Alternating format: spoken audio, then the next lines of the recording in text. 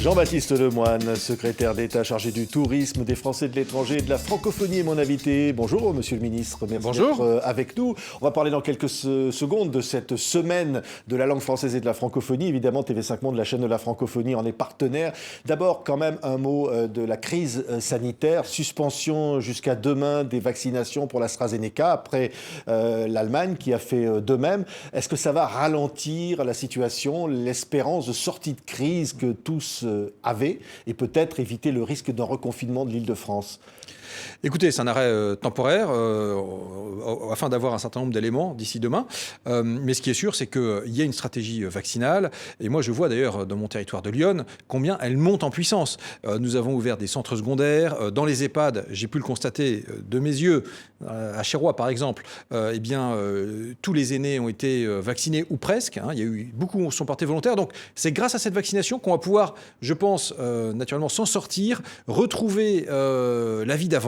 Mais pour cela, il faut continuer et ça va nous prendre encore quelques semaines. Mais on en est déjà à 5 millions de primo-vaccinés. Regardons le chemin parcouru en un peu plus de 2 mois. Oui, vous êtes en charge du tourisme. Est-ce que déjà on a une visibilité? On parlait de mi-avril il y a quelques semaines en disant ça ira mieux. Est-ce qu'on peut envisager des vacances cet été, faire des réservations? Alors, le président avait évoqué effectivement ces 4 à 6 semaines, nous menant à la mi-avril. Maintenant, vous savez, le virus, c'est un peu l'inattendu permanent. Et donc, du coup, c'est aussi un peu l'incertitude permanente. Maintenant, on se prépare, on travaille avec les professionnels afin de voir avec eux quelles sont les modalités pour réouvrir le calendrier. Ça sera vraisemblablement en plusieurs phases. Donc, on est au travail. Ce ne seront pas des vacances, comme l'a dit Jean Castex hier, ce ne seront pas forcément des vacances comme d'habitude cet été.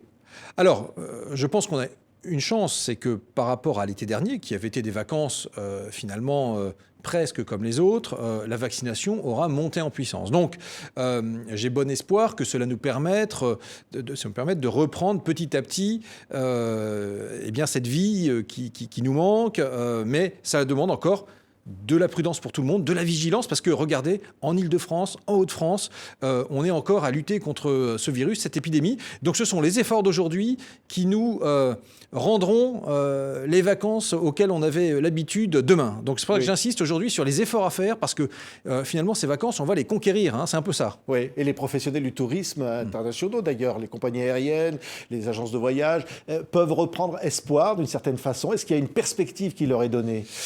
Alors, je pense qu'il y a une perspective, si vous voulez, domestique ou européenne. On voit bien qu'avec cette pandémie, on raisonne un peu par grandes régions dans le monde. C'est-à-dire que les grandes régions, finalement, sont un peu confinées sur elles-mêmes, si je puis dire. Regardez, nous-mêmes, les frontières avec l'espace en dehors de l'Union européenne, elles demeurent encore avec un certain nombre de contraintes pour la mobilité internationale. Donc, le moteur du tourisme, je pense, cet été, il sera quand même tricolore. Et moi, pour la 2e année consécutive, j'appelle les Français à faire le choix de la destination France, de la destination bleu, blanc, rouge. Les Français ont redécouvert la France. Et c'est vrai que la France, on a cette chance que vous pouvez faire le tour de France en ayant l'impression de faire le tour du monde, tellement il y a une diversité de paysages, de paysages, etc. Donc, premier moteur, ça va être le tourisme domestique. Et grâce à lui, on a bien résisté l'été dernier. Et puis après, je l'espère, un tourisme d'Européens de proximité. Et donc, on travaille avec Atout France, avec les destinations aussi à des campagnes à relancer le moment venu pour faire venir nos amis néerlandais, belges, allemands, etc. Oui. Mais on a aussi besoin tous dans nos pays de continuer à vaincre l'épidémie pour cela. Oui, les Français de l'étranger qui nous écoutent beaucoup sur TV5 Monde, dont vous êtes chargé au gouvernement, ils peuvent se déplacer désormais. Vous avez levé les motifs dits impérieux pour autoriser les déplacements. Tout à fait. On peut se déplacer alors au sein de l'Union européenne, voire même hors de l'Union européenne. Tout à fait. C'est un effort que nous leur avons demandé pendant 6 à 7 semaines, depuis le 29 janvier, parce que, souvenez-vous, les variants venaient d'arriver de plusieurs sortes, certains venant du Royaume-Uni, d'autres d'Afrique du Sud, d'autres du Brésil. Il était important de freiner la propagation de ces variants. Et donc, maintenant, on y est. On voit que le variant britannique a supplanté quasiment le virus souche, si je puis dire, de la Covid. Donc, il y a moins d'intérêt à garder ces motifs impérieux. Ils ont été levés. Oui. Maintenant, les motifs familiaux, parce qu'il y avait des motifs familiaux qui tout à fait. nécessaires. Maintenant, il y a une capacité à aller et venir pour les Français établis hors de France, revenir sur le sol national. Maintenant, on appelle encore à la prudence, à la vigilance, parce que regardez, le continent européen n'en a pas fini avec cette pandémie. Regardez l'Italie qui se reconfine, nous-mêmes qui continuons le combat dans un certain nombre de régions où il circule de façon active.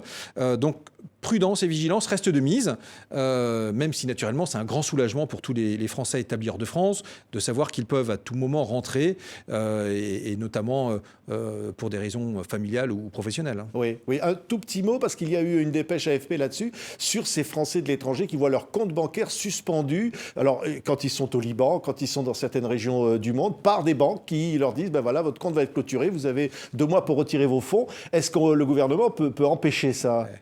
Alors, c'est un phénomène observé depuis plusieurs années parce qu'un certain nombre d'établissements bancaires, en fait, font de la surconformité. On est dans la semaine de la langue française, donc je n'emploierai pas le mot anglo-saxon qui souvent accourt, et par rapport à des législations, notamment américaines, extraterritoriales, qui leur imposent énormément de contrôle. Et de fait, ces établissements, parfois, surinterprètent et parfois anticipent, demandent des fermetures de comptes, et c'est très pénalisant. Donc on a mis en place ce qu'on appelle le droit au compte, et la Banque de France peut imposer à un établissement bancaire d'ouvrir un compte pour un Français qui en a été privé, mais c'est des procédures qui restent, je le reconnais, un peu lourdes, et c'est pourquoi d'ailleurs régulièrement à la Fédération bancaire française, nous signalons le fait que les établissements bancaires ne doivent pas avoir la main lourde et surtout ne doivent pas faire cela de façon trop systématique. Oui, la semaine de la langue française et de la francophonie. Jean-Baptiste Lemoine, 500 000 mots et expressions dans un dictionnaire des francophones que vous allez inaugurer demain avec Louise Mushikiwabo, donc, qui dirige l'Organisation internationale de la francophonie, Leila Slimani, qui est la marraine de cette semaine, et Roselyne Bachot, la ministre de la Culture. C'est quoi ce dictionnaire ? Écoutez, vous voyez, là, je l'ai en ligne, c'est la version test, mais elle sera disponible du coup. Eh bien, ça permet d'avoir tous les mots de la langue française, parce que les acceptions parfois sont différentes d'un pays à l'autre. Par exemple, le mot char. En France, le char, c'est un matériel militaire. Mais le char, au Québec, par exemple, c'est la voiture. Si je prends la Suisse, eh bien, c'est une voiture agricole. Donc on voit que, vous voyez, un terme a parfois des acceptions, des significations différentes selon les pays. Et donc la langue française, on le voit, elle est diverse.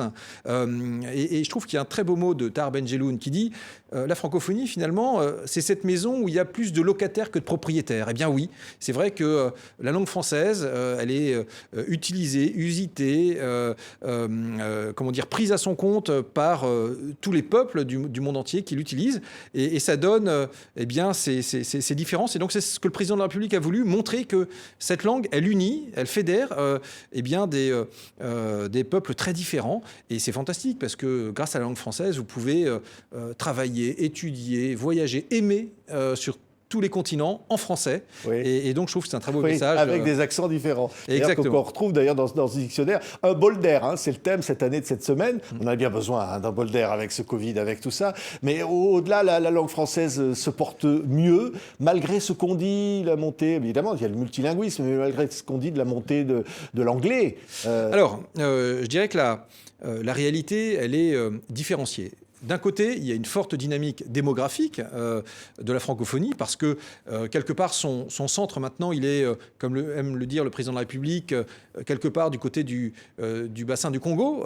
Et donc, c'est vrai qu'on voit ce fort dynamisme démographique, mais encore, pour qu'il se réalise, encore faut-il que nous puissions avoir suffisamment d'enseignants en langue française qui soient formés, suffisamment également d'établissements enseignants français. C'est pourquoi on a mis l'accent sur le Partenariat mondial pour l'éducation, sur le doublement des effectifs dans l'enseignement français à l'étranger. Et dans le même temps, il y a un combat qui reste à mener, notamment au sein des institutions internationales, et je pense par exemple à l'Union européenne, parce que il faut se le dire, on assiste quand même à une sorte d'émergence de l'anglais comme espéranto. Et moi, je ne m'y résous pas. Donc, je serai le 8 avril avec Louise Mushikiwabo et mon collègue aux affaires européennes pour défendre le multilinguisme, le fait qu'on doit plus utiliser le français et les autres langues nationales au sein des institutions, parce que utiliser uniquement l'anglais est d'un appauvrissement total. Parler avec les mêmes 300 mots dans ce sabir n'est pas satisfaisant. Et c'est une clé de la démocratie, finalement. Pouvoir s'exprimer dans sa langue, pouvoir s'exprimer en français, en allemand, en espagnol, c'est très important. Oui, le français, c'est la 3e langue des affaires, la 4e langue donc internationale et la 5e langue du monde. On peut faire mieux encore ? Je pense qu'on a un grand défi sur le numérique, parce qu'il faut rendre visible tous les contenus en français, en langue française, sur le numérique. Là aussi, c'est un chantier que la France, avec le Canada, le Québec, les francophones mènent, la découvrabilité des contenus sur Internet, parce qu'aujourd'hui, tout est digital. Et vous le voyez, l'important, c'est bien là aussi de pouvoir être bien référencé, de bien apparaître. Donc voilà, la langue française, elle est vénérable, elle a quelques siècles derrière elle. Souvenez-vous de Villers-Cotterêts qui en a fait cette langue de référence en France déjà. Eh bien aujourd'hui, il faut continuer sur les nouveaux espaces, les autoroutes de l'information, etc. Oui. Beaucoup de pain sur la planche, mais aussi une grande détermination des chefs d'État et de gouvernement. Le président de la République porte haut cette ambition et nous avons dans quelques mois le sommet des chefs d'État et de gouvernement. Ça sera en Tunisie, à Djerba, un hommage aussi aux fondateurs de cette francophonie. Souvenez-vous, c'était il y a 51 ans, parce que voilà, les 50 ans, c'est l'année dernière. Hélas, on n'a pas pu les fêter comme il se devait avec la pandémie.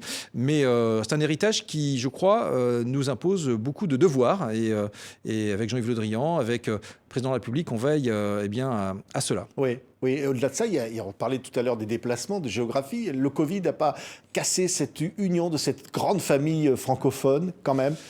Alors, le Covid, il a fait qu'on a travaillé différemment, on a tous eu notre lot de visioconférences, et c'est vrai, par exemple, que la visioconférence a parfois induit, au niveau international, le recours, hélas, à l'anglais. Et là aussi, c'est un combat pour faire en sorte que le monde d'après, ce monde d'après-Covid, avec des habitudes qui ont changé, ne soit pas un monde qui nie la diversité linguistique. Et donc, vous avez raison, il y a donc des enjeux très forts avec cette pandémie. Pouvoir reprendre aussi le flux des échanges, des étudiants. Nous avons une maison des étudiants francophones est sortie de terre à Paris, à la Cité internationale universitaire. Et c'est heureux, j'y serai mercredi avec le recteur de l'AUF, l'Agence universitaire de la francophonie. Eh bien, on a besoin effectivement de pouvoir reprendre ces échanges non seulement d'étudiants, de stagiaires, d'apprentis, etc. Et c'est vrai que c'est rendu compliqué. Donc, il faut poursuivre différemment. Beaucoup sur le net, etc. Mais nous ne renonçons pas, parce que cette francophonie, c'est un champ des possibles formidable, considérable. Imaginez-vous, sur les 5 continents, cette capacité à communiquer. Je crois que c'est également un vecteur pour le monde économique. Et je salue d'ailleurs le MEDEF qui veut, fin août, réunir véritablement un sommet économique francophone autour de ces journées. Ça sera l'occasion, je pense, de donner un coup de fouet à cette francophonie économique qui a fait l'objet de beaucoup de colloques, de beaucoup de rapports, mais qu'on a un peu peiné à voir dans les faits. Et ça tombe bien, parce que l'OIF a justement une nouvelle stratégie économique francophone. Donc voilà, vous voyez, tout le monde va dans le même sens. Oui. Et TV5 Monde est la chaîne de la francophonie, avec sa nouvelle plateforme gratuite TV5 Monde Plus. Mais qui est formidable. Je ne cesse d'en parler à chaque fois qu'on m'interroge, parce qu'il y a cette capacité à avoir accès à justement des formats différents et des centaines d'œuvres, en plus de façon gratuite. Et donc, je trouve que c'est formidable. Merci beaucoup, Jean-Baptiste Lemoyne, donc secrétaire d'État à la francophonie, d'abord, on va le dire, et aussi au tourisme et aux Français de l'étranger. Merci beaucoup, Jean-Baptiste Lemoyne, d'avoir été notre invité aujourd'hui sur TV5 Monde, la chaîne de la francophonie, pour cette semaine de la langue française. Merci.